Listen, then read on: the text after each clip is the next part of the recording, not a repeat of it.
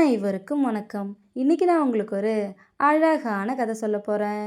ஒரு கிராமத்தில் இருந்த 2 பேர் புதுசாக முட்டை கடை திறக்க விரும்பினாங்களாம்.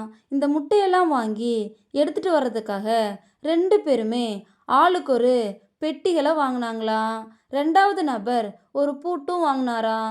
இதை பார்த்த முதல் நபர் சந்தையில் முட்டையை வாங்கிக்கிட்டு நேராக வீட்டுக்கு எடுத்துகிட்டு வர போகிறோம், இதுக்கு எதுக்கு பூட்டு அப்படின்னு நினச்சாராம்.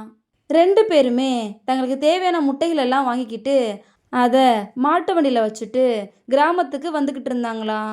மரத்தடியில் மாட்டு வண்டியை நிறுத்திட்டு பக்கத்தில் இருந்த ஆற்றுக்கு தண்ணீர் குடிக்க போனாங்களாம். அவங்க திரும்பி வந்து பார்த்தா அங்கே நிறைய குரங்குகள் இவங்க முட்டைகளெல்லாம் எடுத்து வீசி எல்லாத்தையும் நாசம் பண்ணிக்கிட்டு இருந்துச்சுங்களாம். 2 பேருமே ஓடி வந்து அந்த குரங்குகளை விரட்டிட்டு அந்த வண்டியை பார்த்தாங்களாம். பூட்டு போட்ட பெட்டியில் இருந்த முட்டை மட்டும் பத்திரமா இருந்துச்சாம்.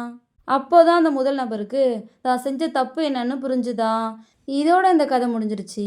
சில நேரங்களில் பெரிய பெரிய விஷயங்களை செஞ்சுட்டு சின்ன சின்ன விஷயங்களுக்கு முக்கியத்துவம் கொடுக்காமலே போயிடுறோம்.